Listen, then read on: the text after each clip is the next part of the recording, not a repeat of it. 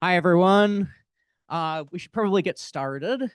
Well, welcome to the annual Lincoln Scholars Lecture. My name is Chris Utter. I'm a professor in the Department of Government, as well as the Associate Director of Lincoln Scholars. I run it together with my colleague, Tom Merrill, who's the Director of Lincoln Scholars, and our Program Coordinator, Sunyata Khoury. Yeah. Yes, and we are very pleased to have Daniel Mendelsohn come talk to us about Homer's Odyssey, which he just translated.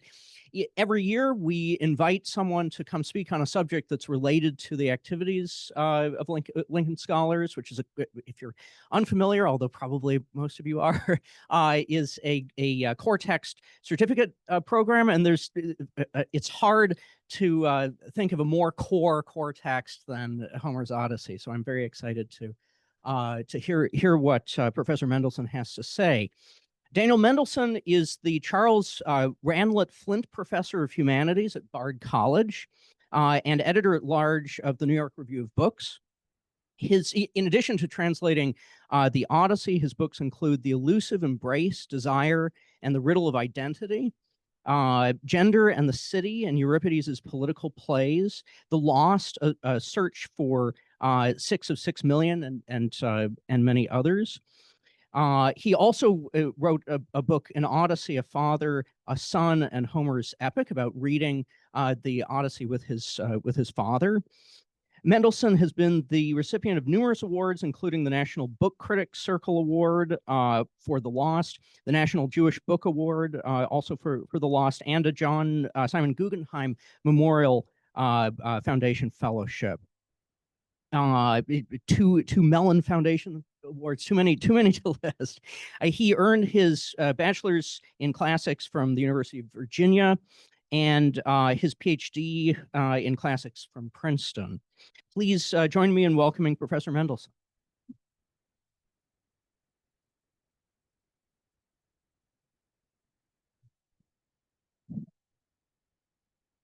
I hope you can hear me in back, but there's no way I'm going to do this holding this in my hand. So is that okay? Everyone can. I come from a. Oh, well, that's tricky.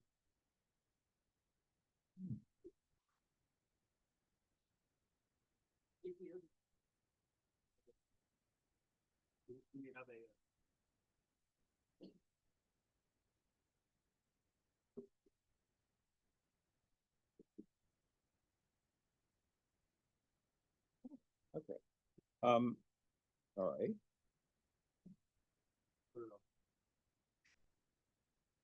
No, I come from a family of shouters, so I was hoping that would work. But okay, I feel like being. So it's a pleasure to be here to speak with the Lincoln Scholars this afternoon about the Odyssey and its migrations. I'm very aware that a number of the faculty here were Chicago-trained Straussian political theorists. And if you've looked at my new translation of Homer's epic, you will see that it is dedicated to my dear friend, Jenny Strauss Clay, who was my teacher and mentor when I was an undergraduate at the University of Virginia in the early 1980s, and more to the point, the daughter of Leo Strauss. So there is something nicely cyclical, dare I say, ring composition-y, about my standing before you all this afternoon to try out a few ideas about the Odyssey, which I first learned to read and think about during my days as the student of Jenny Clay, who in every way imaginable was to me what the Germans would call a Doktormutter, just as her father, Leo Strauss himself, was Dr. Vater to some of you or some of your teachers. This filial theme has, in fact, been much on my mind, specifically in relation to the Odyssey of Homer, the work I'll be speaking about in just a moment. As you have just heard, I have a deep interest in Homer's Odyssey, not only as a classicist and literary critic, but as a writer who has tried to make use of Homer's great epic to illuminate the lives we lead in the present, most notably in my memoir, An Odyssey, A Father, a Son, and an Epic, about the experience I had some 15 years ago when my 81-year-old father decided to sit in as a freshman in my Odyssey seminar that I was teaching at Bard College, an experience that gave me a remarkable new insight into both the nature of teaching and the nature of parenting, to say nothing of insights into the Odyssey itself, which has a lot to say about both education and parenting.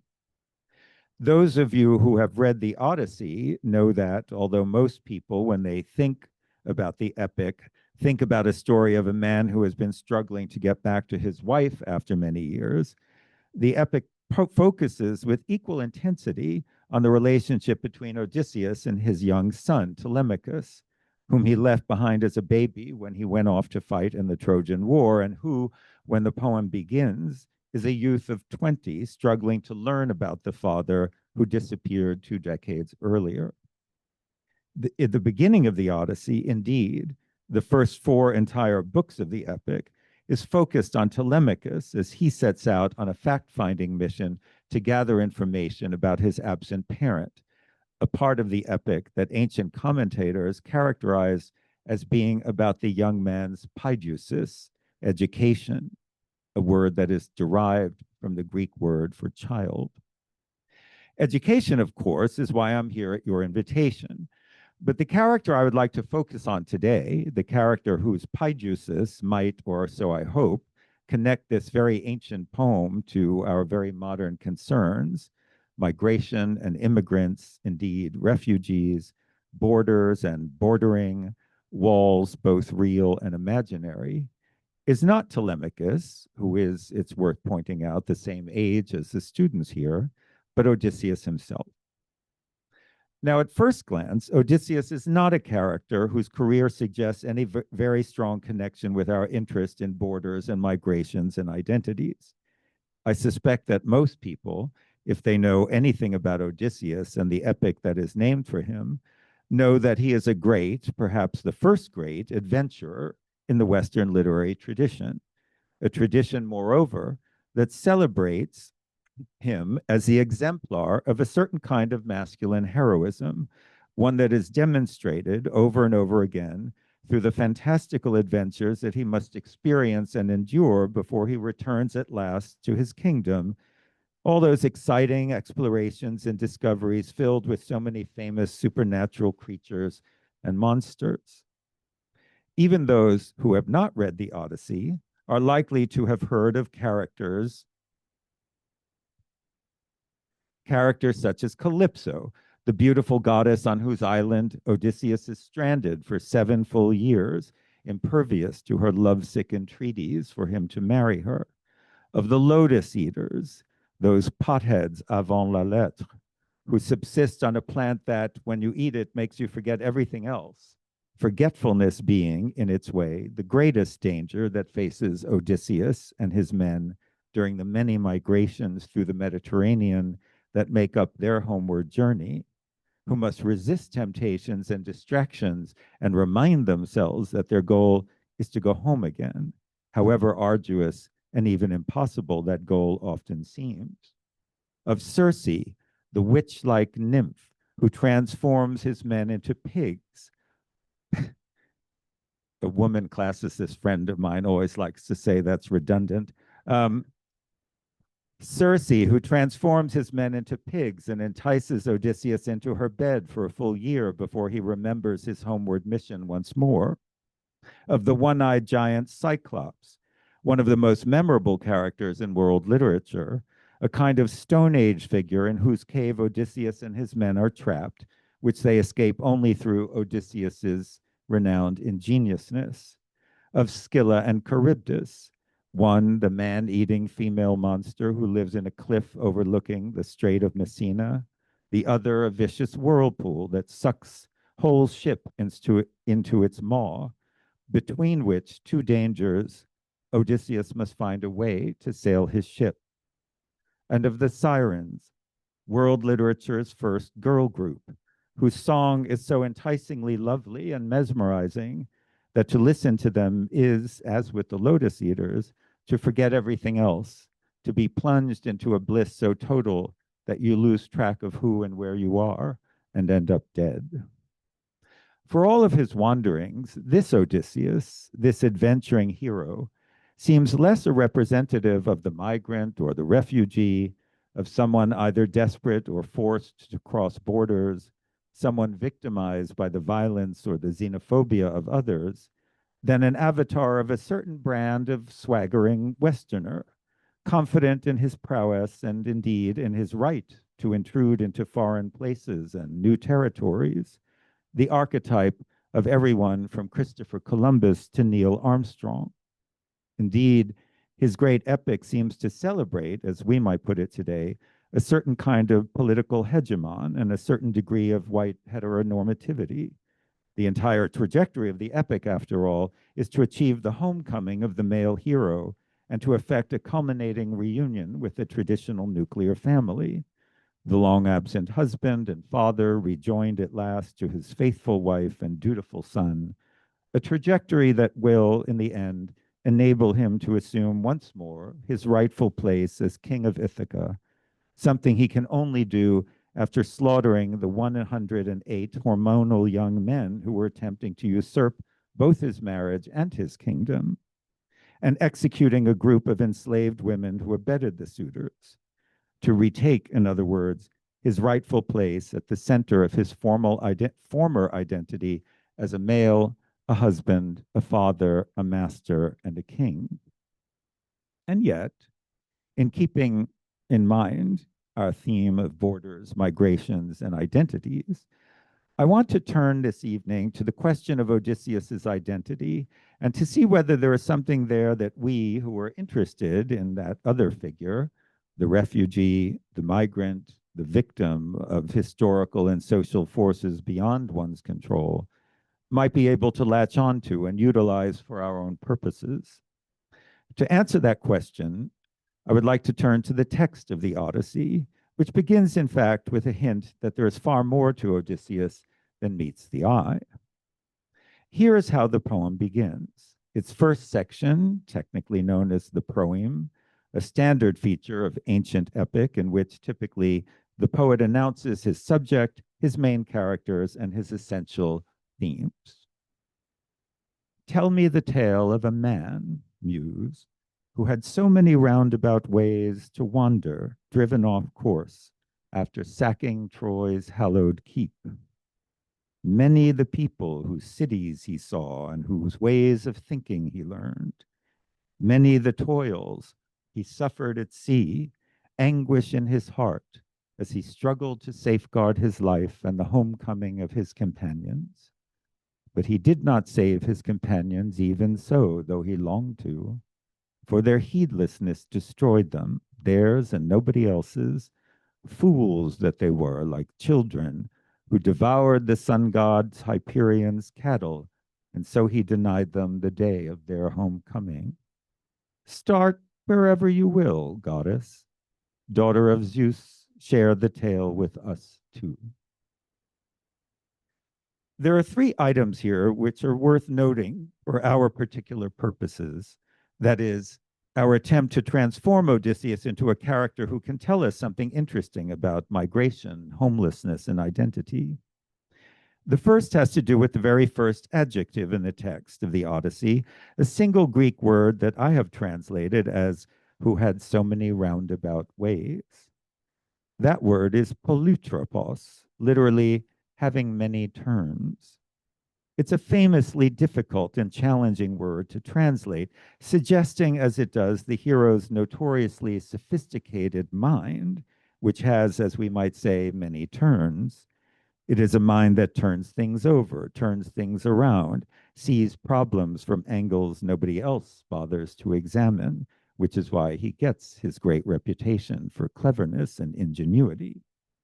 But the word also suggests that that mind has something a bit suspect about it as well, an ability to wriggle out of things, to, as we say, get around obstacles in perhaps a not entirely kosher way. His thought patterns are twisty, wily, unconventional, circular, unexpected. And there is, in fact, a third, further connotation of this word that figures importantly in these opening two lines, For polytropos is clearly meant by the poet to convey something not only about the hero and his mind, but about the notoriously convoluted decade-long itinerary he had to follow before he could finally reach home.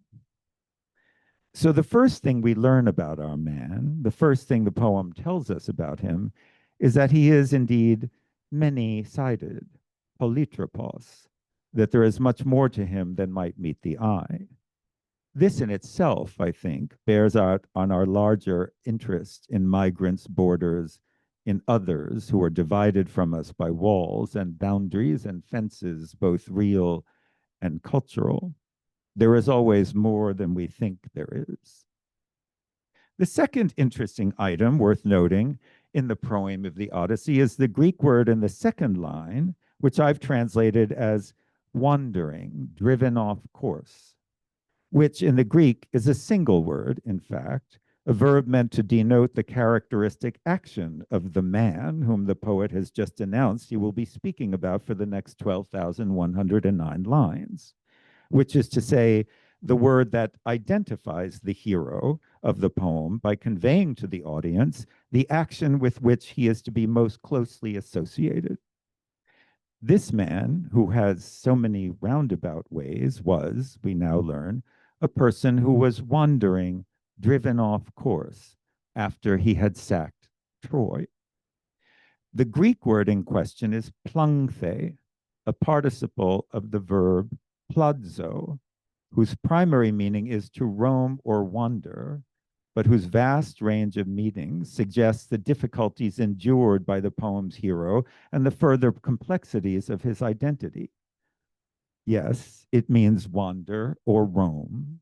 Pladzo is in fact the root of our word planet, those wanderers of the sky, but it can also mean to turn away or turn aside from something, a sense that eventually evolved into a further meaning over time, to ward off or to baffle or balk, which evolved into yet another figurative meaning applicable to mental states, to embarrass or trip up. So the principal verb associated with our wandering man is in fact highly complex, as he himself is, with nuances of confusion, difficulty, error, even shame. And indeed, this complexity is underscored by the fact that even the basic meaning of plungthe, wander, has its complexities, is polytropos, for it has both an active and a passive connotation. On the one hand, it suggests the Christopher Columbus and Neil Armstrong aspect of voyaging, of wandering, to eagerly roam, to actively go out into the world as a result of a desire to see it and to learn from it. On the other hand, there is a passive sense of plungthe, one that suggests that the subject is in fact an object, someone subject to forces beyond his control.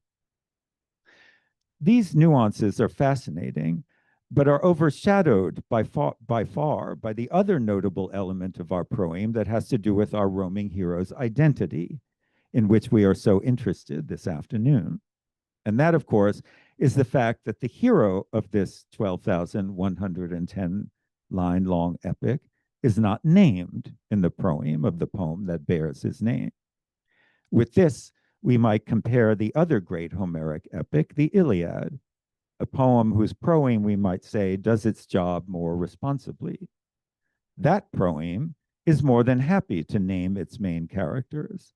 It begins with a helpful identification of its hero, sing, goddess, of the anger of Achilles, son of Peleus, and ends by asking the muse to start the action of the epic at the moment when Achilles first came into conflict with his commander-in-chief Agamemnon, son of Atreus. Everyone here gets a name, an ID tag, as it were. With this, the proem of the Odyssey stands in bizarre contrast. By the time we get to the end of these apparently introductory verses, the hero of this poem has still not been named. But this omission of crucial facts is purposeful, suggesting as it does that the very identity of the hero about whom we think we know so much, all those adventures, all those strange new civilizations and scary monsters, is being withheld, is in a strange state of suspension. That suspension, indeed suspense, in turn suggests that the identity of the hero is what the poem will in fact be about, will be its as yet unnameable subject. And so the opening of the Odyssey, this famous account of migrations and wanderings, in fact shies away from defining its hero. If anything, what we take away from the poem is that our protagonist, whoever he might be, is a difficult character, both active and passive, subject and object, an adventurer, but also a castaway, a hero, but also a nonentity, a nobody. And indeed, when the action of the poem begins, we are constantly reminded that the famous Odysseus, king of Ithaca, a key figure, it is worth remembering, in the Iliad, a character whom the original audience will have known well, both from the earlier epic and from the many myths that circulated about him, is in fact an MIA, a person who disappeared into a war that ended 10 years ago, a man from whom nobody has heard since. As I've mentioned, the first 4 books of our 24-book-long epic are devoted to the hero's son, Telemachus, who, in those books, travels around Greece, interviewing his father's war buddies, by now long since returned home, about the long-lost Odysseus, hoping for some scrap of news that might help Telemachus and his mother Penelope resolve the still open question of whether the hero is alive or dead, which is to say, whether Telemachus and his mother, whether Telemachus is a son or an orphan, and whether Penelope is a wife or a widow. Indeed, when the action finally turns in Book 5 to Odysseus himself, we find him stuck on Calypso's island, weeping for home, literally in the middle of nowhere. The island is described as being in the very center of the sea. He is literally out of sight and out of mind. Calypso's name means the one who hides. And indeed, the grand existential problem with which the Odyssey of Homer begins is that Odysseus has been rendered invisible. The large action of the poem, its longest narrative arc, will be responsible for restoring him to visibility, for bringing him back into the known geography of the world, to a place where his identity is known and secure. To go, in other words, from being a wanderer to being settled, to someone who has a home. But many things have to happen before that fulfillment can be achieved. And here I want to argue that those many things, by which I mean the famous adventures, the wanderings and migrations through space and even time, themselves fall into one or the other of the same 2 possible categories into which, as I've just described, the shadings of the word plazo, to wander, fall. That is, one active and one passive. Some of Odysseus' adventures are of the Christopher Columbus type, we might say, episodes in which he plays the great hero, dashing into situations full of brio and self-confidence, curious to know what this or that tribe or island might be like, while others portray him as helpless, homeless, and needy, resulting in situations in which he has to throw himself on the mercy of whoever he happens, sorry, these pages very recalcitrant, on the mercy of whoever he happens to find himself confronted with, a passive plaything of fate. My idea here, to put my cards on the table and suggest where we will end this afternoon, is that the Columbus posture seems always to land him in trouble, whereas the refugee posture results in more positive outcomes, not least, as I shall point out, to the revelation of his true identity. So let's turn now to an examination of 2 particular moments and see what they tell us about migration, homelessness, and ultimately human identity. By now, many critics over the millennia have observed that the adventures Odysseus has after his departure from Troy, which he himself narrates in a lengthy flashback that takes up all of books 9, 10, 11, and 12, follow a clear pattern. That is to say, the earlier adventures belong more recognizably to the world as we know it, and indeed to the world Odysseus has just left, the Trojan War, the world of masculine martial violence. After leaving Troy, he is very much the swaggering Bronze Age hero. The first adventure he has, according to his tale, is an encounter with a people called the Cicones, whose city he and his comrades invade and sack, slaughtering the men and enslaving the women, very much the way the Greeks invaded and ultimately sacked Troy.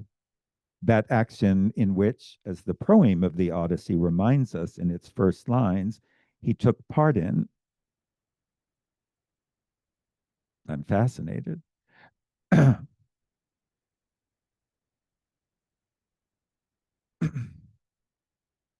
But the Cicones adventure ends differently. Unexpectedly, Cicones' reinforcements arrive and kill many Greeks, a net loss.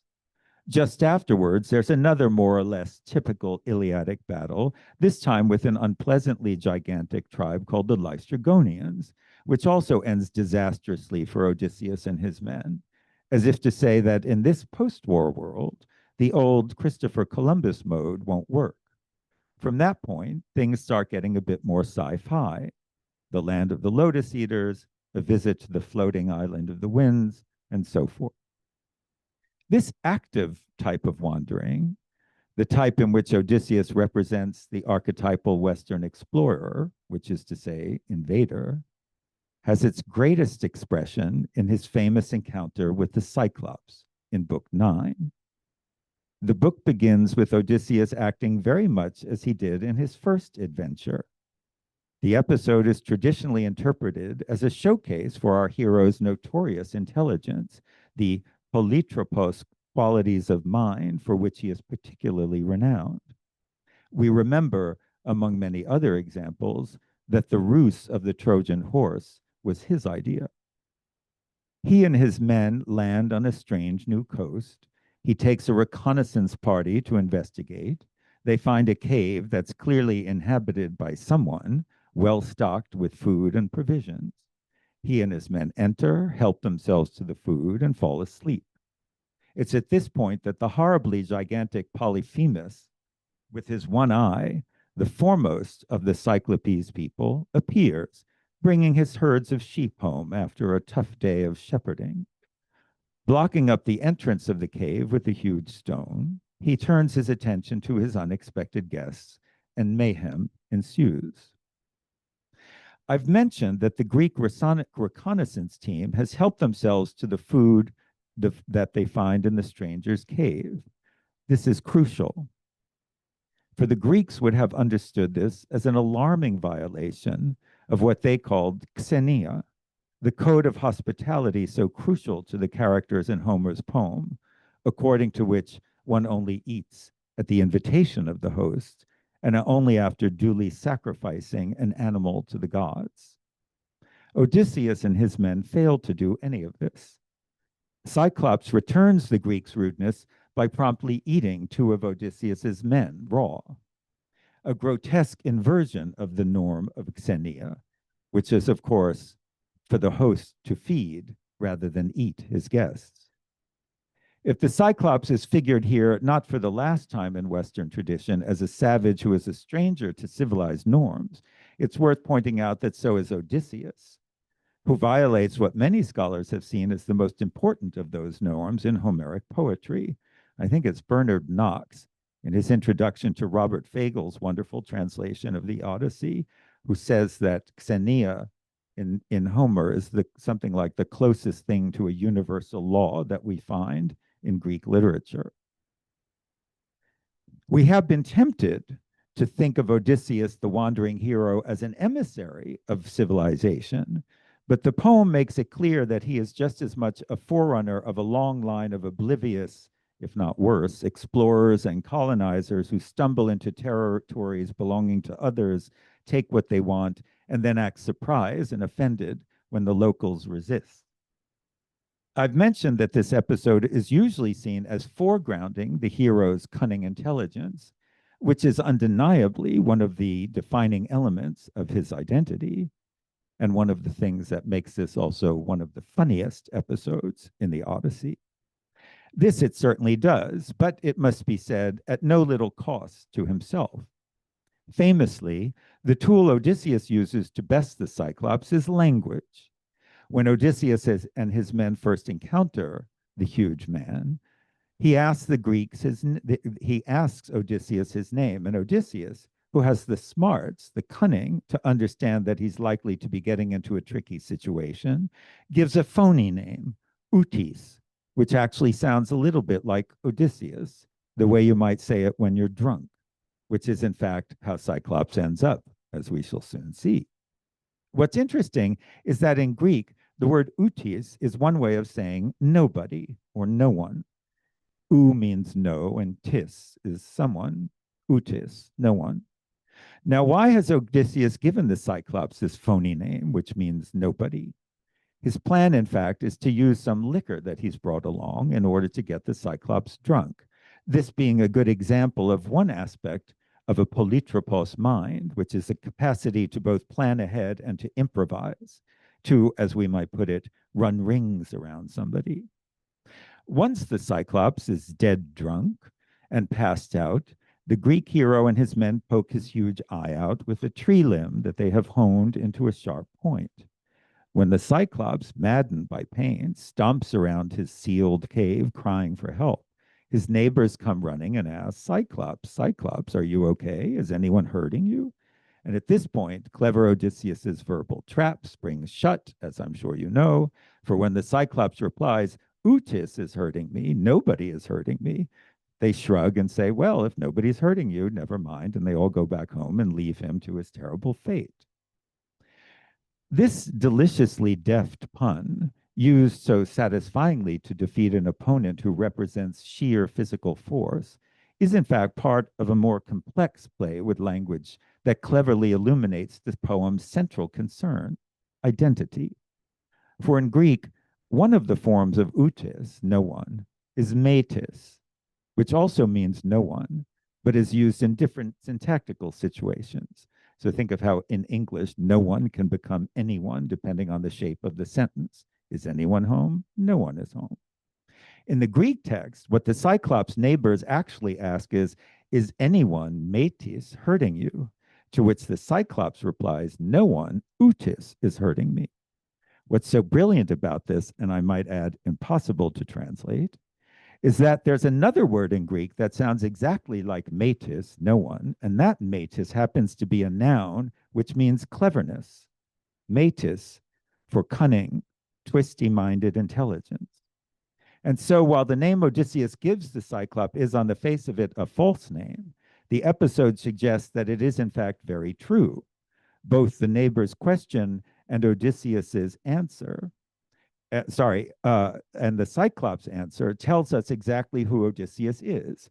Both Utis, a no one, lost, shipwrecked, without a home or country or family anymore, unknown and forgotten, but also Metis, cunning intelligence at its best. His passive and active personalities have merged in this one pun. And yet, as brilliantly complex as Odysseus' identity is in this scene, both nothing and everything, nameless and manipulative, the Cyclops scene results in the hero's greatest catastrophe. As we know, Odysseus ends up escaping from the Cyclops cave, in fact, by using another trick. When the blinded Cyclops opens the cave door to let his sheep out to graze, Odysseus and his men sneak out strapped to the bellies of the animals. The Greeks throw off their disguises at that point and run back to their ship, the angry Cyclops, aware of the deception, now in hot pursuit. They jump aboard their ship and start rowing out to open water. And as they pull away from the shore of the Cyclops land, Odysseus stands and faces his enemy and boasts to him about just how clever he has been. Now remember, as we have seen, The key to Odysseus' success in this episode was his control of language, his manipulation of words, particularly the strict control he exercises over his name, which in fact he very rarely tells anyone in the course of the Odyssey's narrative. As we have seen, what enabled him to survive was a false name, a phony identity. But now, triumphant, full of himself and his success, he tells the Cyclops his real name. It was Odysseus, son of Laertes, who beat you, Cyclops, he brags, giving his full name and patronymic, the information that the proem of the poem, we remember, fails to provide. The problem is that now that the Cyclops knows who his enemy really is, not no one, indeed, but someone very famous, Odysseus, the hero who dreamed up the cunning trip of the Trojan horse, he can curse him, and this he does. Cyclops calls on his divine father, the sea god Poseidon, to afflict Odysseus with toils and disasters, and Poseidon, like a good father, does what his son asks. This episode, the first in which Odysseus reveals his name, in fact, the reason that the rest of his homecoming is so famously full of disasters, shipwrecks, storms, all caused by Poseidon, who has heeded his son's request, which the son can only make because he has the name that Odysseus revealed in a moment of self-aggrandizement, of self-promotion, of boastfulness about just how great a hero he has been.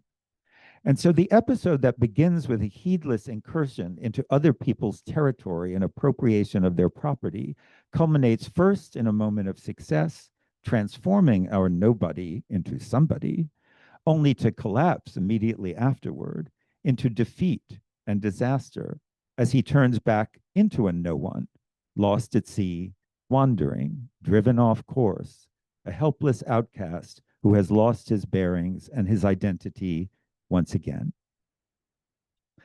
The Columbus mode, it would seem, leads to disaster for the intruder as well as for the indigenous people.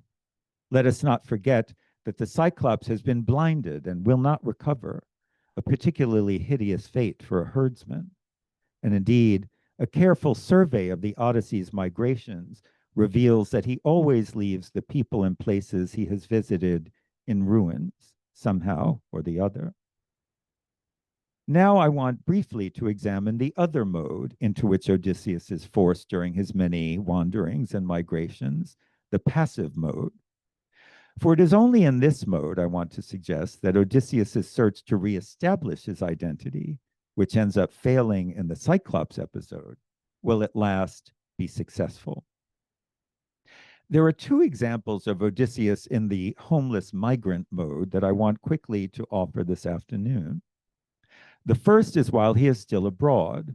The second, climactic and crucial one, occurs after he has finally returned to Ithaca. The first we can dispense with quickly. In Book 6, after the gods themselves instruct the lovelorn Calypso to let her lover leave the island, he builds a raft and takes to the open sea, only to be shipwrecked by Poseidon for reasons we now know. He washes up on the rocky coast of a land called Scheria, inhabited by a people called the Phaeacians, expert sailors who will, in time, be the ones to ferry him back home to Ithaca at last, the climax of the first half of the poem. But this only happens, one might say, because Odysseus first has to endure the humiliations so well known to many a refugee. When he washes up on that island, he is naked as the day he is born. He huddles under a shrub, using its leaves and branches as shelter, and soon after comes across a group of girls who are playing ball by the water's edge. Someone just gave me a pillow. Actually, Jenny Clay just gave me a pillow embroidered with the Flaxman drawing of Nausicaa playing ball with her girlfriends, which is described so charmingly at the beginning of Book 6. And the caption is Nausicaa plays first base. So when he washes up on the island, he's huddled, born like a newborn, and comes across this group of girls. One of these happens to be the daughter of the king of the Phaeacians. Odysseus, covering his nakedness with a branch, throws himself at her mercy and begs for food, shelter, and clothing. This she provides, and Odysseus, with a little help from his patron goddess, Athena, wearing borrowed clothes, makes his way to the capital of the island and into the palace, where he formally begs, supplicates the rulers for help, the beginning of the successful trajectory that will finally bring him home, a success he achieves only after he has abandoned the conquistador posture and immersed himself in the experience of abjection and neediness. The other great example of how successful this other posture can be occurs, as I have said, in the second half of the epic, once Odysseus has made it back to Ithaca. This happens in Book 13, the beginning of the narrative arc that will lead him from the seacoast, where his Phaeacian escorts have deposited him, to the hut of a loyal slave, Eumaeus, who becomes an accomplice in his plan to slaughter the suitors and penetrate to the palace where his wife has been held virtually hostage. Then to the gates of the palace, where his old dog Argos famously recognizes him after 20 years, a surefire tearjerker. Then into the palace itself, and finally to the center of the palace, the bedroom, and the bed that is at the center of that room, where he will consummate his remarriage to his loyal wife at the end of the poem. Nearly all of this, it is worth pointing out, takes place after Odysseus has been transformed into an elderly beggar. Soon after he arrives on Ithaca, Athena drastically alters his powerful body and his heroic appearance, withering his skin, making him bald, clothing him in disgusting rags. And indeed, he is the subject of many humiliations in that guise, insulted, abused, mocked, forced to beg for his food, forced at one point to fight another beggar for the suitor's amusement in order to earn his dinner. It is as this beggar, among the lowest of the low in his own society's social scale, that this man's true identity is finally revealed. This climax occurs in another passage that turns on the complex meaning of a single word, one of the most famous passages in the epic. I'm talking about the scene in Book 19, in which the hero is recognized by his old nurse Eurycleia, although he is in this terrible disguise. By this point in the story, Odysseus has managed to sneak into the palace, disguised as the beggar, the better to be able to assess the situation at home incognito and contrive a way to kill the suitors and reclaim his wife.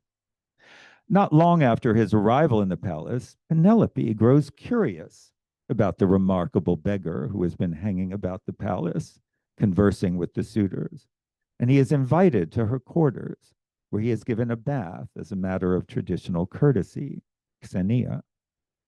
During this ritual bath of his feet, the servant who has been given the task of bathing him, an old woman called Eurycleia, who has long been attached to the royal household, notices a distinctive scar on this stranger's leg, a scar that, she well knows, marks him as none other than Odysseus.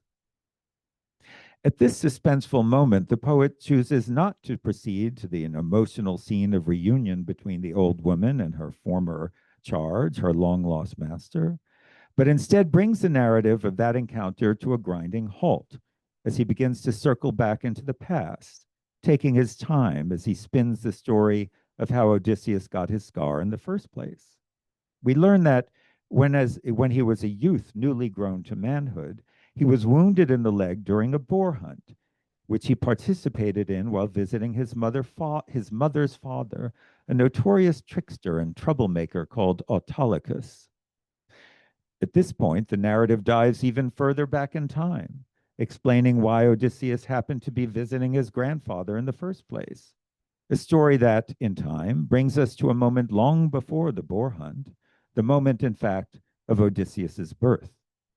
Autolycus, his grandfather, we learn, had been paying a visit to his daughter and her husband just as this baby boy was born, and it was during that visit that the baby's young nurse, the very woman who, in the now of the Odyssey's primary narrative, recognized the grown man as he sits with his foot in the bath, insisted that Autolycus be the one to name this newborn royal baby. In a fit of narcissistic preening, the trickster grandfather, who had caused so much aggravation to others, gives his infant grandson, the future hero, a name best suited to himself, Odysseus.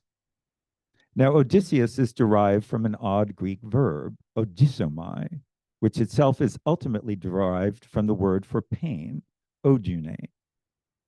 That's the odyne in the word anodyne, which means without pain. Like the verb plazo, to wander, which I discussed at the beginning of my remarks, odysomai has a double edge, both active and passive, meaning both to inflict hateful pain, but also to suffer it as well. The hero of our complicated story has a complicated identity, one that he learns only after he, who in his active Christopher Columbus mode has inflicted such pain on others, has had to endure terrible, hateful pain on his own as well. We remember from the Cyclops episode that when he reverts to his Iliadic identity, the brash warrior, the conqueror, disaster resulted. Only now, as a homeless refugee, after so many humiliations, do we learn the secret of who he is, which is to say, a man who is literally defined by his name as the man of pain. His identity is coincident with a scar. We have traveled very far by this point from those early adventures, those sackings of cities that recalled the earlier epic. The man who finally returns home is a different kind of hero altogether, a hero, we might say, of suffering.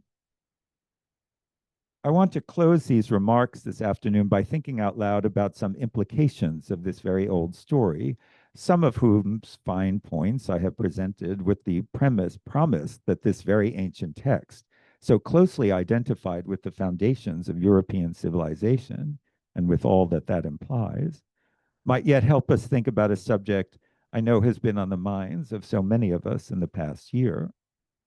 If I am right in thinking that the Odyssey grants its hero his identity only after he has suffered in ways few heroes of his kind have ever allowed themselves to endure, poverty, homelessness, shame, degradation, statelessness, abuse, I wonder if this can in turn serve as a model for our own identities as we confront the suffering of others.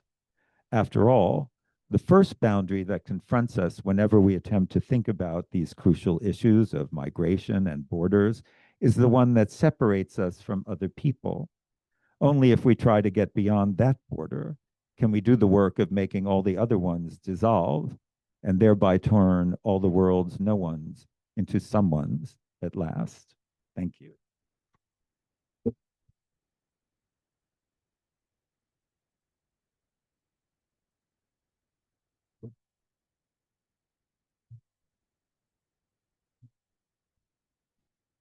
Thank you. Thank you very much. Fascinating talk. It's our custom here to invite students to ask the initial questions, and I will let you decide who looks like a student. Girl. That's absolutely. Someone who looks like a student, raise your hand. No? Weren't so shy in class before. No. Hi, just wanted to thank you again for coming and speaking with us today. I wanted to ask if you had any advice for those of us that might be interested in pursuing translation, either of classics or just in general. Make sure to get a good advance, I would say, because it's very hard.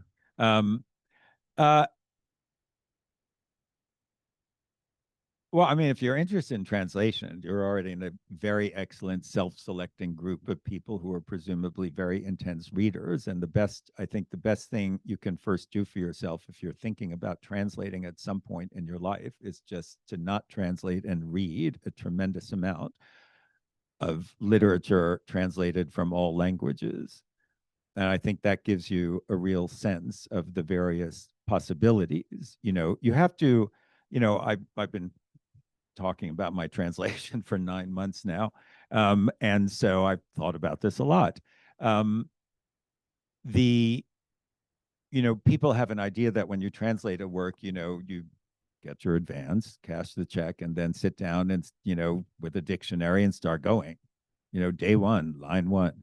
And, I spent a year and a half thinking about how I was going to translate before I actually lifted a pen, so to speak, right? You have to have an idea of what you are doing, and that is more than just this word means this and that word means that. So I think the best advice I can give you as somebody interested in translation is the advice I'd give anyone interested in anything, which is just to read, and that you have to know what's out there. All of these texts exist in relation to one another. As we were talking about this in class today, in the class that I was in earlier, right? All texts are talking to each other, sometimes quite explicitly, sometimes more implicitly. You cannot approach any text without a solid grasp of what you think literature is about, you know.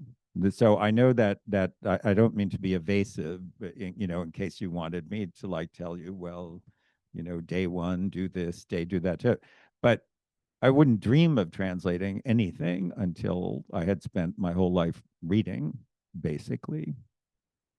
And it's obviously the only thing we should all be doing anyway. Yeah, there was another hand back.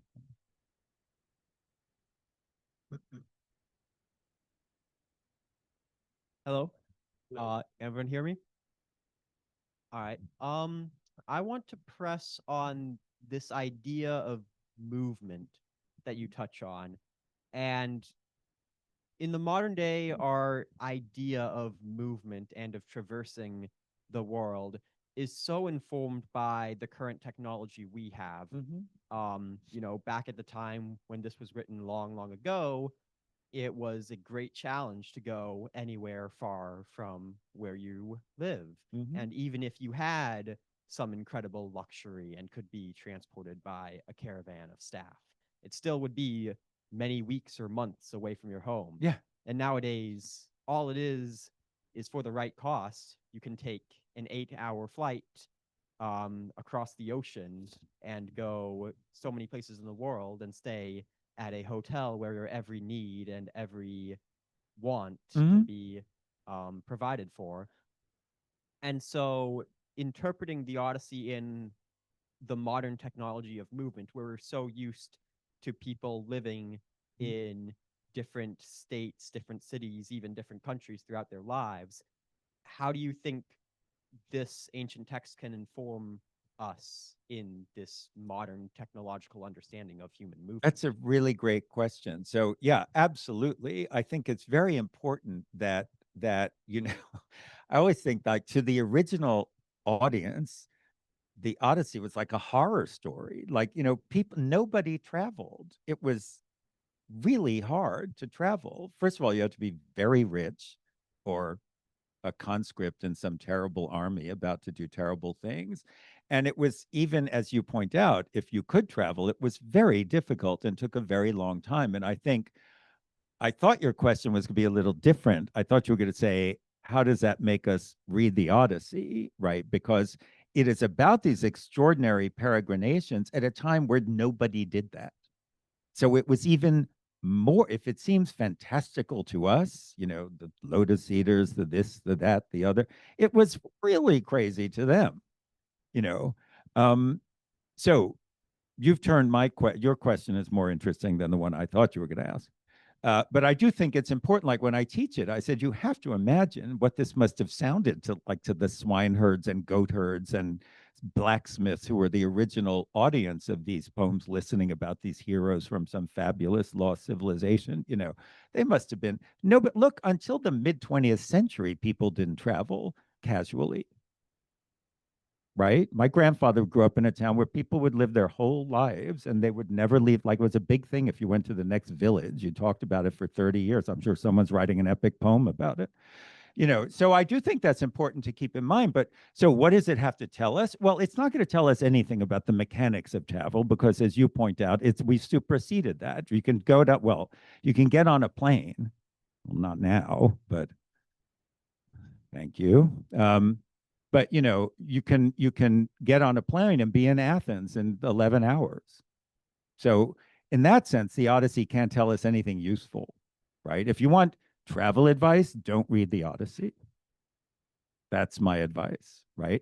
But what it does have something to tell you is about what travel does to you, right? And that is an idea we have never let go of, because the ultimate point of the Odyssey is about transformation, right? As I am arguing, and not everyone would agree with me, I think Odysseus is changed because of what happens to him during his travels. He can only be the person who can come home because he has traveled, wandered so far, and been forced to wander, right? And that is something. Look, why do you do junior year abroad? Right? I mean, I don't know why you do it, but I know, I mean, you know, I think there was a reason that we all thought that was a good idea in higher education at some point, because you get to experience other kinds of things than yourself. And if more people did that, I would argue the world would be a lot better place. You know, and so that is something the Odyssey is also interested in, because, you know, on the one hand, I've been a little hard on Odysseus in his active mode, let's call it, right? You know, the swaggering explorer mode. But it's also one of the really interesting things about the Odyssey is partly because of the reasons you were just bringing up. I think Odysseus is the first hero in the European tradition who goes places because he's interested, and partly because he's washed up. But, you know, it's a very common thing in the Odyssey where they'll land somewhere and his men are like, let's get the hell out of here because I don't like the way that cave looks. And he's like, no, let's go and see what the cave is like, you know, and then everybody gets eaten. But, you know, all travel comes at a cost. And that's what it still has to teach us, right? That it is transformative, not the act of the actual movement through space, but the encounters with other kinds of beings and places is enriching.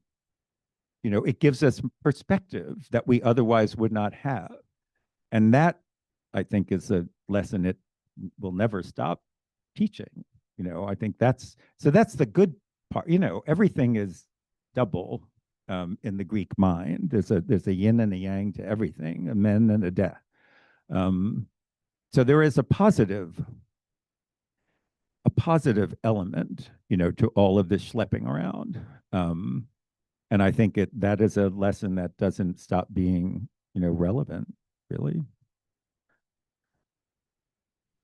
Yes.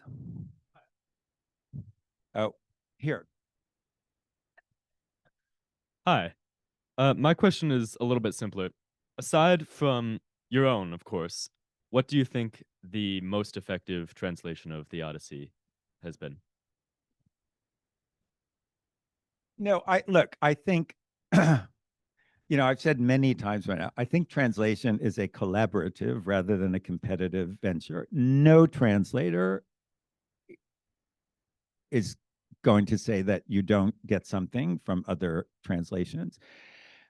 And because there is no translation that can get everything about the original, you know, read a lot of them. You want to know what the Odyssey is like? Read 5 translations, and then you'll start getting some, you know, superimpose them, so to speak, one upon the other. I don't, you know, there are things about other translations I don't like and things about them I like. It's just, I don't, and I've taught many of them over the years, you know, and I don't think there's a single one I can think of that I would say you must not read this because it's wrong. You know, I don't even know what that would mean. You know, Bob Fagel's translation is wonderful. Lattimore did an Odyssey. Fitzgerald I've taught with, and you know, Fitzgerald is quite often more Fitzgerald than Homer, but it's kind of great. You know, I mean, it's not.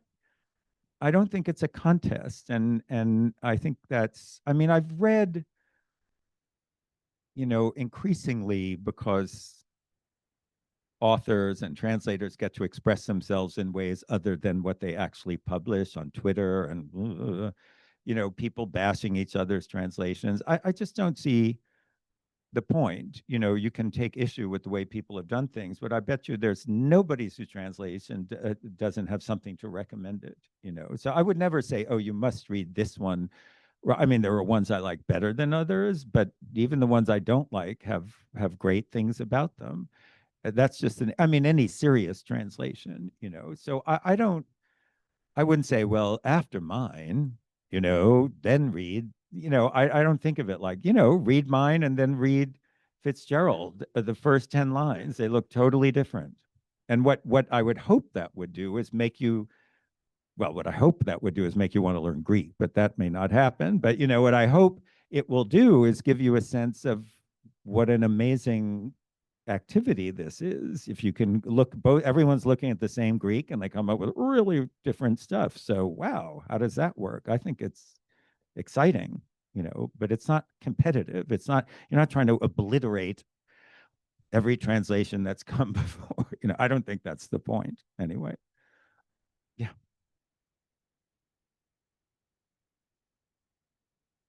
So your translation has been lauded for being especially authentic to the source material. What would your take be on modern adaptations who take Odysseus as this? Sorry, who take Odysseus as London this? Symphony Orchestra there. What's your take on modern adaptations that take Odysseus as this mythic hero that everyone knows and molds him to tell new stories through his journey? Well, he does do that. And I'm not trying to understand the question. I mean, there are, you mean modern, what kind of modern adaptations are you talking about?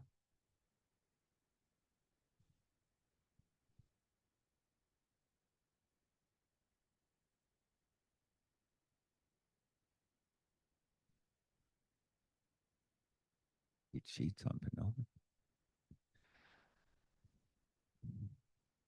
Well, I think it's a free, well, I have to use another phrase from now on. I think I know what you're talking. So there's a lot of there has been an explosion in the past 2 decades of, say, novels that take characters in ancient literature and put them in the first. So, you know, Circe by Madeline Miller or whatever, where they sort of are riffing. But, you know, I always say, my best-selling book is going to be the story of Medusa as told by her hairdresser.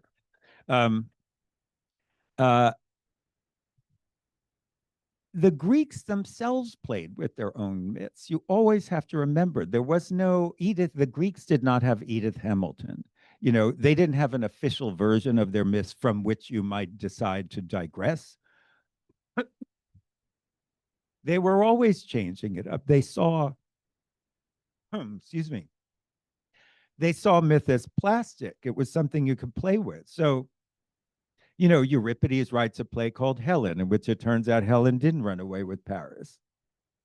She was always faithful to him, and it was a phantom double that ran away with Paris. And the real Helen has been stranded in Egypt for 10 years, a totally good girl, worried that her reputation has been besmirched, right? He wrote a play in which Oedipus and Jocasta are still rattling around the palace. Jocasta doesn't kill herself after the incest is revealed. They're just shuffling around in their bathrobes, glaring at each other, right? So you have to remember that all these, you know, people are always asking me, well, what do you think of Circe? What do you think of this? I've written articles about these books, Pat Barker's novels around the Trojan War or whatever. They're only doing what the Greeks did. There's no law that says these Greek versions are pristine and cannot be touched by human hands. You know, I mean, it's a playground. I think it's great. And some are good and some are silly and whatever. But, you know, I read all those Star Trek fan fictions in which like Kirk and Spock are lovers. So, you know, I'm the wrong person to ask, you know. Yes. And then in the back.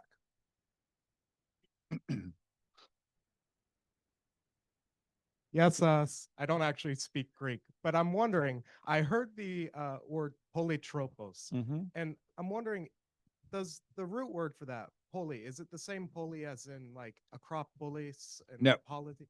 Different poly. Completely different. No, poly Okay. don't want that cracker. Okay. Yeah. So how do you go about like defining those very difficult words? Where do you come up with your like final decision? Well, it's this is the both the fun and the terrifying part of translation. So, there are problem words. Look, anyone reviewing a new translation of the Odyssey is going to go for one thing when they start, which is what do they do with polytropos? And it's a problem. There's no right way to do it, right? So just to give you a sense of kinds of issue, to come back to this young man's question about translating what you need to think about. So polytropos, right, as I said, means having many turns. Well, that means nothing. You can't just say, oh, tell me about a guy who had many turns, because that's opaque in a way that polytropos is not. So I explained in my talk some of the possible evocations. It's partly a mental thing, but I think because of the way the lines work in Greek, it's clearly meant to refer both to his personality and to his itinerary, which looks like this, right? But it's a very rare word in Greek. I think it only occurs 3 times in Homer and almost nowhere else. So when you're translating it, do you want to do something that's very rare? Do you want to find a very obscure, right? Yeah. You have to keep weighing these things against each other. So I love telling the story because unlike Odysseus stories, it's true. So for a long time, until like a week before I had to turn the manuscript in, I thought a good translation of polytropos would be twisty. I really like twisty. This man with his twisty ways, because it gets at the somewhat sinister aspect of Odysseus's. As I said, all of his trickery ends in heartbreak and disaster. And I like that it has twist, right? So you're thinking about spirals, maybe. And Jenny Clay, my mentor, who is still my close friend and mentor, never liked it.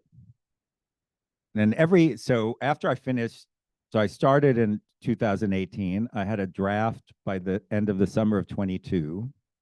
And then I spent 2 more years going over every single word of the translation with Jenny on Zooms. We did 2.5-hour Zooms a week for 2 years. And she would look at the Greek, and then she'd look at the translation, then we'd argue. So she never liked twisty.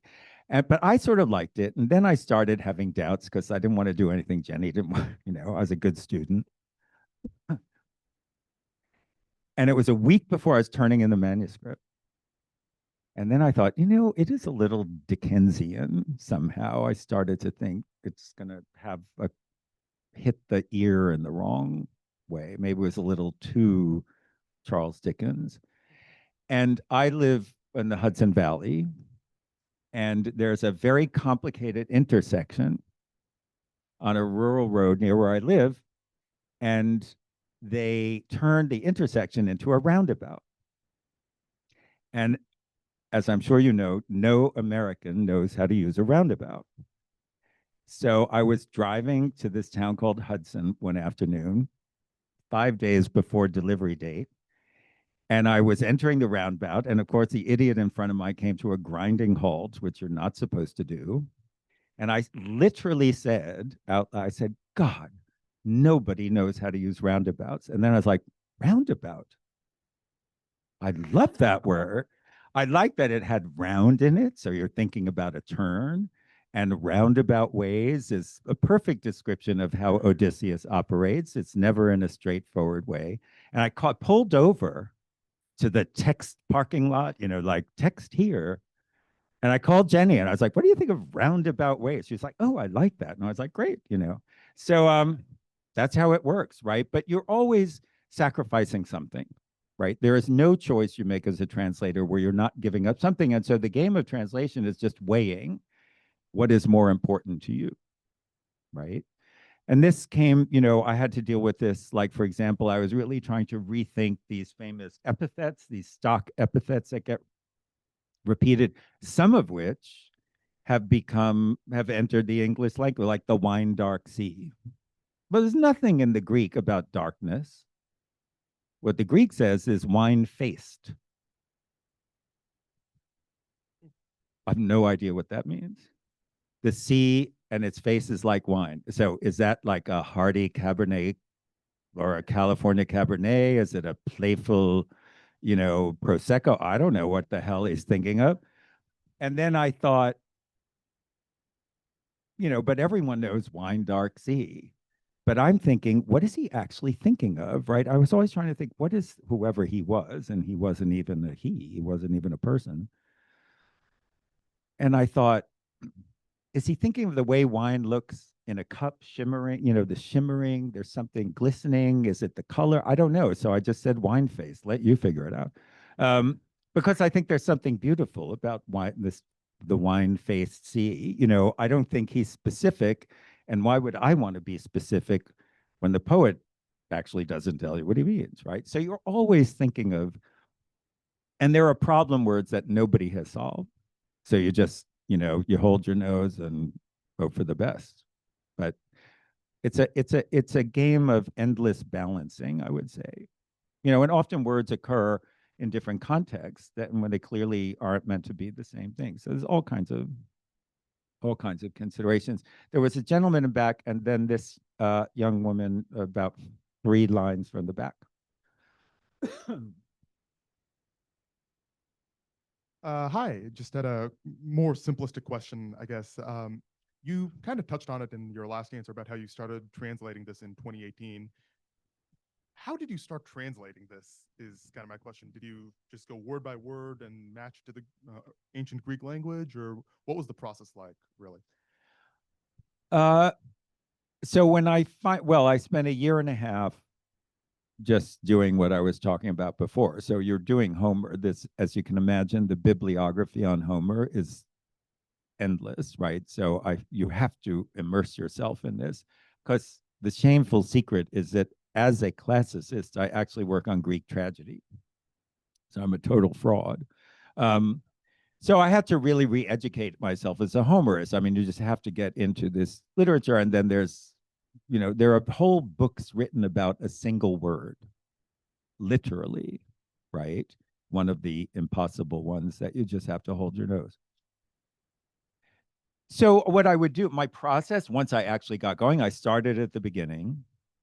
And, I learned this writing my dissertation, which was my first big thing that I ever wrote. You just have to do a little bit at a time, and you can't think about the whole thing or else you go crazy. So I usually did about 30 to 40 lines a day. And that would be a day's work. So I would start in the morning, do a rough, icky kind of draft just to sort of get something down on paper, and then then I would spend the rest of the day futzing with it. And sometimes all kidding aside, you run into issues where there are scholarly articles written about words, passages. You have to stop and read them, right? So you have to deal with that.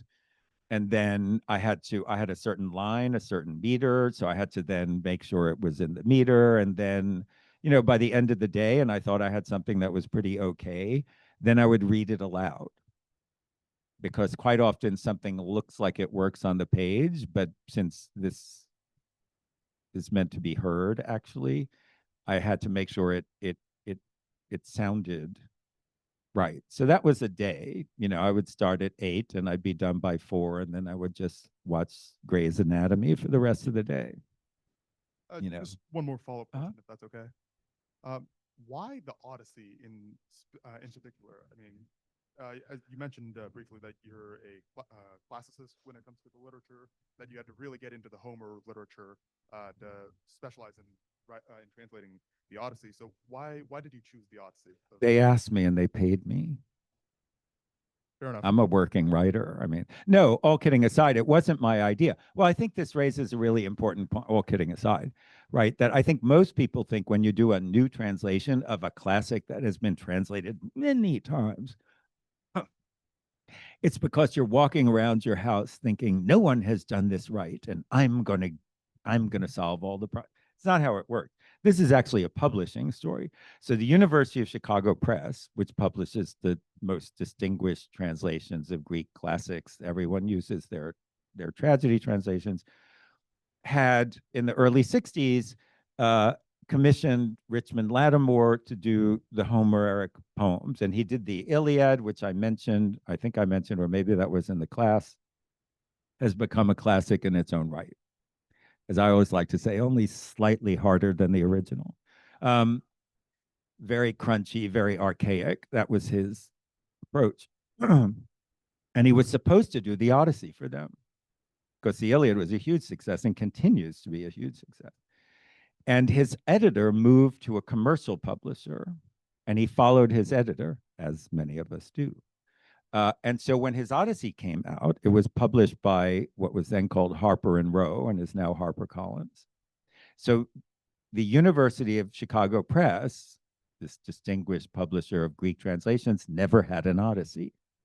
And for the purposes of the book that I wrote about my dad reading the Odyssey with my father, I had translated small snippets here and there. And it just so happened that an editor at Chicago read my book, liked the passages, and called me one night and said, "Do you want to do the Odyssey?"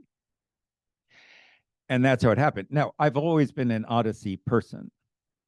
So even though I specialized in Greek tragedy, I was trained by Jenny, who's a great authority on the Odyssey. I always felt that the Odyssey I understood. In a way, I'll never understand the Iliad.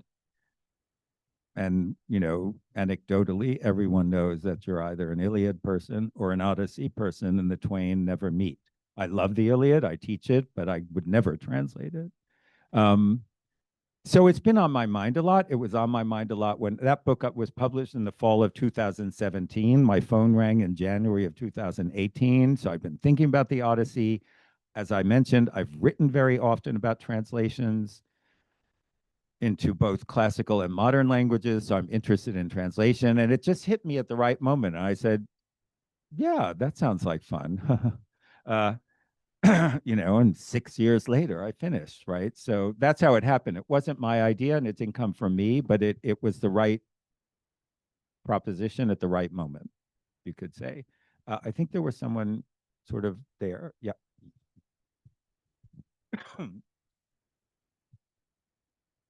I just wanted to ask if, like you said, like all like kind of the better things happened to Odysseus when he assumed the role of the refugee and the immigrant. Is that something that you think was intentional by Homer in his writing? And what does it say about like how he personally values the identity of like? Well, so I think it's another great question. I think so. This is the more I read the Odyssey, the more I think it is interested in critiquing the Iliad, you might say, and its kind of hero. And sometimes that's made very concrete in the poem. So as you may know, in book 11, Odysseus goes to the underworld and meets the ghost of Achilles. And he's like, Achilles, yo, nice to see you. And, you got all that stuff you wanted, glory, right? Because Achilles made that famous choice. He would die young, but get eternal glory. And Odysseus is like, you got eternal glory. Everyone thinks you're great. And Achilles says, I'd rather be a serf working for a poor nobody and alive than king of all the dead. So it looks like a very stark repudiation of some of the values of the Iliad. And I think over and over again in the Odyssey, whenever he engages in the kind of behavior that you would normally engage in the Iliad, it all goes wrong. This in fact, that scene at the end of book 9 where he says, "Ha ha, it is I, Odysseus, son of Laertes, king of Ithaca," which basically gives him his username and password, that's exactly what you're supposed to do on a battlefield in the Iliad. You vaunt over your defeated enemy. That's what's expected. You let the world know that you are the guy, right? And that is exactly what causes his downfall. I mean, the reason he schleps around for 10 years is because he acted like he would have acted in the Iliad, right? So I think over and over and again, there's an increasing sense that we need a different kind of hero for the post-World War, the post-war world, right? And I do think it's interesting that being forced into the posture of a nobody, I mean, right? That's in the text. He's a nobody. And the people whom he is disguised at are social nobodies. They're beggars. They're people that you don't look at in the train station, right? You know, it is that experience which allows him to make his return in the way that he wants to. So I do think it's intentional on the part of whoever dreamed this whole story up. I do think it's there, you know, that by having the experience of the other, he gets to have his return. No, it's not uncomplicated because, of course, the end of the Odyssey is an Iliadic battle scene, right? So there's always a little twist, right? The Odyssey ends with him getting to be a Homeric hero again and kill all his enemies. So there's always a little inflection of doubt somehow. But I do think for the most part, the Odyssey seems to be arguing for a new way of thinking about what it means to be a heroic person. And it can't think itself out of its own world, but it's trying very hard, I think, you know. I know there was another, oh. I have to ask. Oh. Is this on? Yeah. So I'm acting as the voice of Zoom, the Zoom prophet, if you will. Oh, sorry. Yeah, sorry. So there are people who are watching in other places. Oh. This is from our friend Martin Zitta. Mhm. Calypso offers to make Odysseus a god. He chooses to remain human. The Odyssey avoids presenting the deliberation behind that choice, which must be about the choice-worthiness and meaning of being human and of the difficulties of discerning that meaning. Can you say something about what you think lies behind his choice, and does that affect what we understand by human identity? Yeah, no, it's a great question, but I think it answered itself, actually. You know, I mean, so we keep being told that Calypso has offered to make him immortal if only he would, you know, they've been shagging every night for 7 years. You know, at that point, you either stick with them or dump them, you know.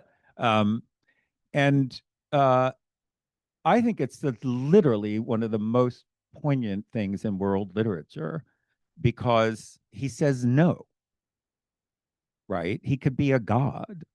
Now, Jenny pointed out to me that Calypso actually, that's way above her pay grade. She can't do that.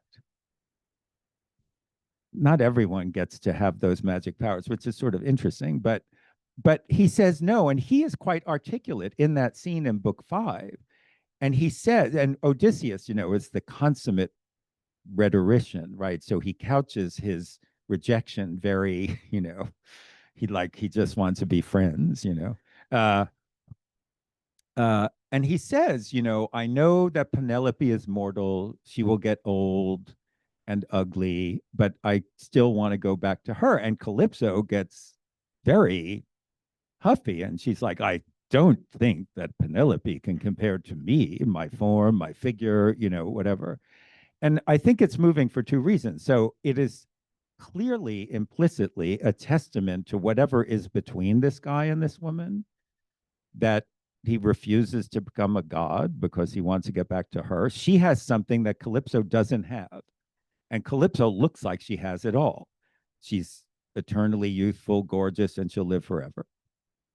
So it very much comes down to the issue. So besides what it is telling us about this relationship, that there is something about Penelope that is worth dying for, because to go back to her means to embrace being a mortal person.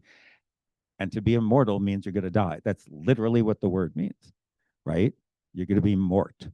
So it says something about the relationship, which is wonderful, right? I think the gods are boring. I mean, the sort of poignancy of the Greek gods, who, remember, the only thing that makes Greek gods gods is that they live forever. They're not better than, God knows, they're not better than us. They're not more moral than us. They just are always gorgeous and live forever. They're basically like people from LA. And but to go to the other aspect of the question, right? So it's telling you something implicitly that he says, I would rather die and be with this aging woman than be with you forever. But the other thing has to do with embracing humanity, right? Because part of, and I didn't talk about this because I was thinking about something else tonight, but you know, one of the functions that these adventures and encounters with strange new civilizations and you know all that stuff that Captain Kirk talks about is that he's constantly presented with alternative models of how to exist, right? On all kinds, the Cyclopes who are cavemen, the Phaeacians who seem to be almost godlike in a slightly weird way, the island of the, you know, and so what it is also about is what is the right place for a human being, and the right place for a human being is home. You know, it's being back with your people, and there are people who are going to die, and they're not perfect, and they're not eternally gorgeous, and so a lot of it is a lot of what the Odyssey recognizes that, you know, the journey that is life, a lot of it is choosing what you don't want, right? What you don't want, what's not right for you. And so I think it's incredibly moving for that reason, that being immortal is painful. See, what the gods don't have is pain. And that's why they're so bored all the time, you know, and that's why I think his name is so important, not just for the reasons I was describing tonight, but for the whole epic, that to live as a human being means some of what you are going to have is pain, but you're also going to have a lot of hijinks. And it's, you know, that's our condition. So I think it's all about that. I think it's all about that. But here's something I just discovered, because I was telling you the class I was sitting in on before, that, you know, as you read the Odyssey through your whole life, you see different things at different points in your old life. So now I'm old, and I just realized that I can buy senior tickets. I'm so excited. I turned 65 this year, and I realized I was buying full price tickets on New Jersey Transit. And I was like, oh my God, they're less than half the price, you know? So now I'm old. And I think about, I was saying to these students before, I think a lot about how the Odyssey is very interested in time, right? What happens to you over time, because that's also what it means to be human, that time passes and we change. For the gods, time is meaningless, right? Doesn't mean, literally means nothing. So if you do the math, a lot of the Odyssey is always asking you to do the math, right? So the narration doesn't follow the order in which the events happen, right? Everything's rearranged, blah, blah, blah. How long does the Odyssey, how many days does the action take? People are always working on this. But so if you figure they're a typical Greek couple, right? We know he left right after the son was born. He's an infant. So, which means they probably were married like 10 months earlier. So this is a couple who have known each other for 10 months and spent 20 years trying to come back together, which means there must have been something amazing about those 10 months, right? I think that's incredibly, like they barely knew each other, and yet they have such a profound sense that each one is the only person they can be with. I think that's sort of amazing. Other hands? Over here, and then red shirt. No. What do you find to be unique about the epic compared to something like the play or other forms of narrative? And how do you think that impacts this discussion of identity that we see in the Odyssey? These kids are really on their toes, I must say. I'm not going to sail through this one. So what the most thing that I'm interested in about epics right now, so every genre has its thing. So I was just talking about how epics are about time, or this epic I think seems to be particularly right? Because the whole point of the Odyssey is about the passage of time. He comes home after 20 years, he's unrecognizable, and he has to somehow prove that he is the same guy who left, but nobody is the same after 20 years. And I was telling the students earlier, I always say you won't understand what the Odyssey is about until you go to your 20th high school reunion. These terrible looking people come up to you and tell you that you dated them, and you're like completely aghast. So it's interested in time, but the epic itself, because it unfolds over more time than in any other genre, creates its own time. That's something I'm very interested. So there's like epic time, like the way you experience time in the Wagner is different from the way you experience time in, Verdi, right? It's just, it creates its own time. So things happen more slowly.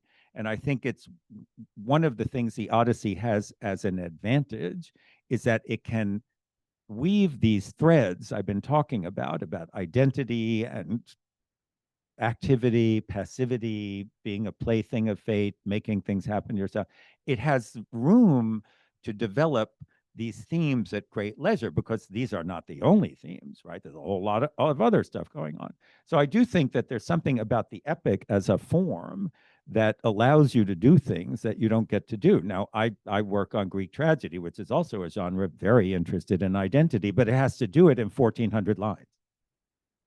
That's interesting, right? So I think each epic has its own kind of natural DNA, each genre, I mean, and I'm very interested in the way that the leisureliness of the epic, and I was talking in the classroom before about even the epic line, right? The meter that is used, the poetic meter, is very long. That's part of the feel of the epic. It lulls you. Each line is very long, right? So it takes a long time to say things, but it makes you focus more, weirdly enough, even though it's very long. So I think it's a really good question. I'm not sure I've answered it sufficiently, but that's some of the stuff that I'm thinking about. Yes. Hi. During your talk, you mentioned how Odysseus isn't named initially, and how that like allows the audience to kind of form his identity over the course of the poem. So I was wondering, do you think that like him not being named initially sets like an archetype, not just for like the poem in total being like the hero's journey, but for like not naming the narrator allows for like um in other literature, like one of my favorite books is like Invisible Man, Mhm. that they do this where they don't name the author, and how that allows for like a further, more complex development of the narrator's identity. Yeah, no, totally. I mean, I think that's a really great point, that it's a very deliberate move on the part of an author to withhold crucial information about a character, and the most crucial information that we have in terms of our identity is our name. It's the first identification we get in life, is to be named, right? And so my point is that,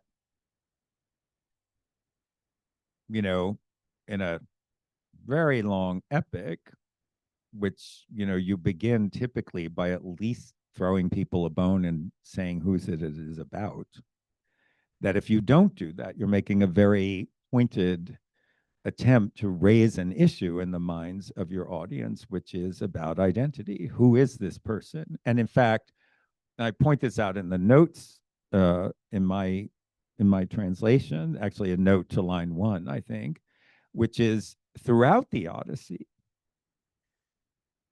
So we see a repeated kind of motif, which is that he doesn't ever tell his name, right? Because he has learned, because you have to remember the Cyclops episode happened first, right? As part of the kinkiness of the chronology.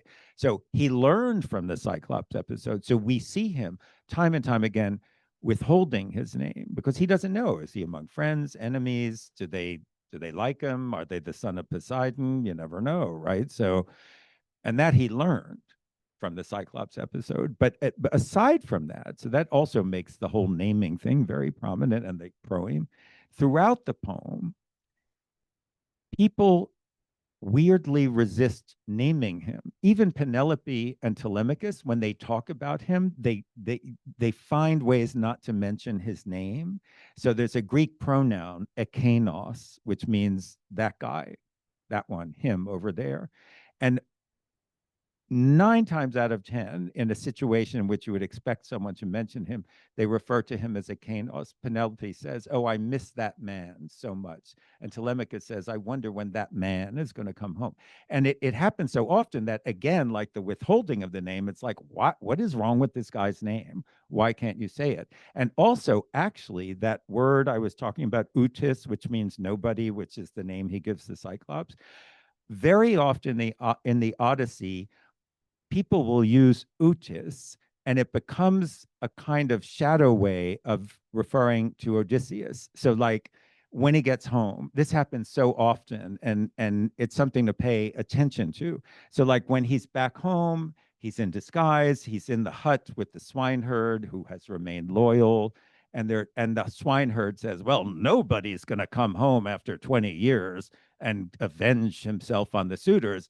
And you can just as well fill in, right, the word Odysseus, right? And that happens time and time again. So this whole business of naming an identity is just, you're constantly being invited to think, why can we not name this person? And one obvious answer is he is polytropos. He has so many sides that giving him one name may not be a way of getting him.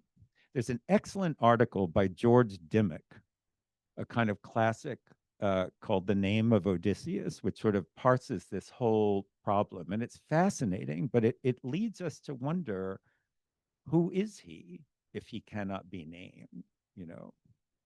One more question. Oh, yes.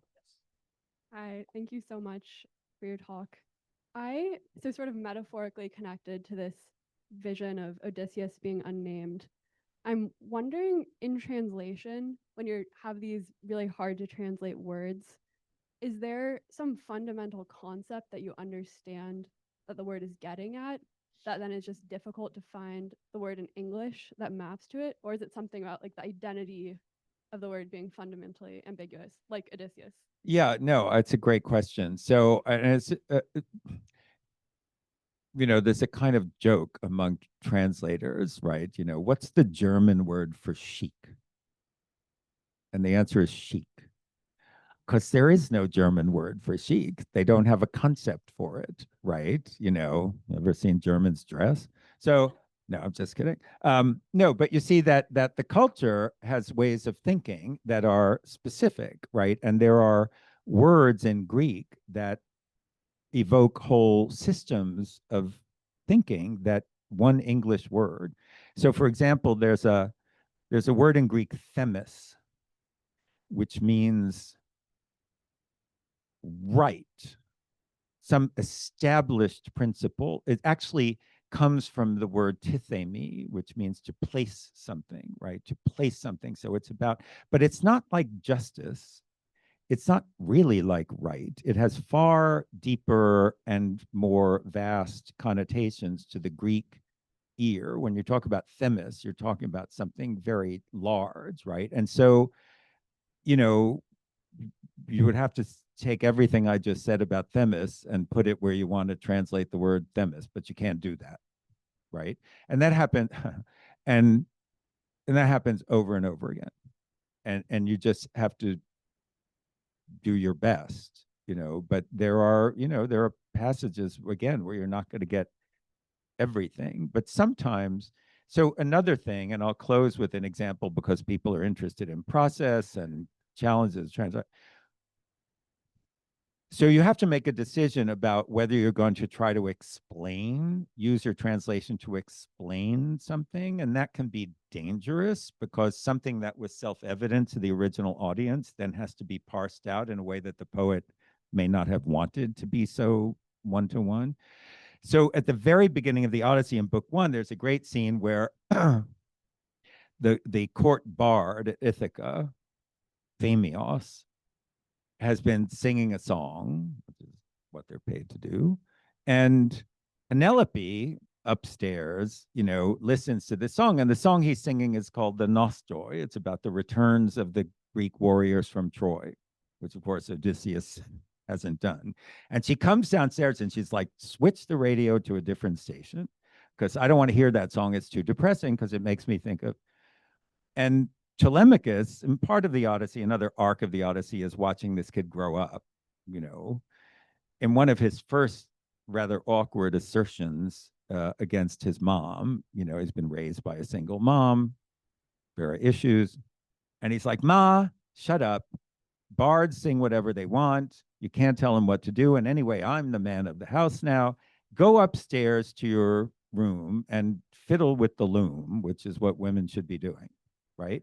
Now, the word loom in Greek is histon, which is also the word for the mast of a ship, right? It's any vertical wooden object, basically. So when Homer uses the word histon to describe what his mother should be doing, it's also making you think of what Odysseus is doing, because he's out there on the sea someplace, right? And it's so important because one of the things that happens by the end of the Odyssey, especially after the couple are reunited, is that we are meant to think that even though, so Odysseus is wandering, driven off course, Penelope has been sitting in the same place for 20 years. They couldn't be more different, right? And yet we are meant to think that she has had her own adventures, even though she is static and fixed, fending off the suitors, thinking of ways to delay, right? And the word histon is doing a lot of work there. So when I was translating, I thought I have to give the reader a way of being aware of this, because this is an instance in which I thought it was important, right? And so in my translation, it's something like, go back to your loom as tall as a mast, blah, blah, blah, blah, blah, because I thought you had to get the mastiness in there somehow, because then you're thinking the way Homer wanted you to think. So you're always making, these kinds of decisions, and, you just hope for the best, and that's all I can do. Thank you very much.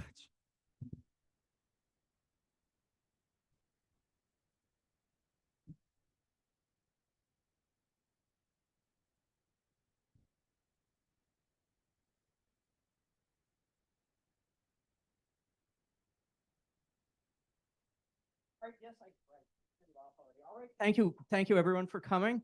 Yes, and I'll see many of you soon.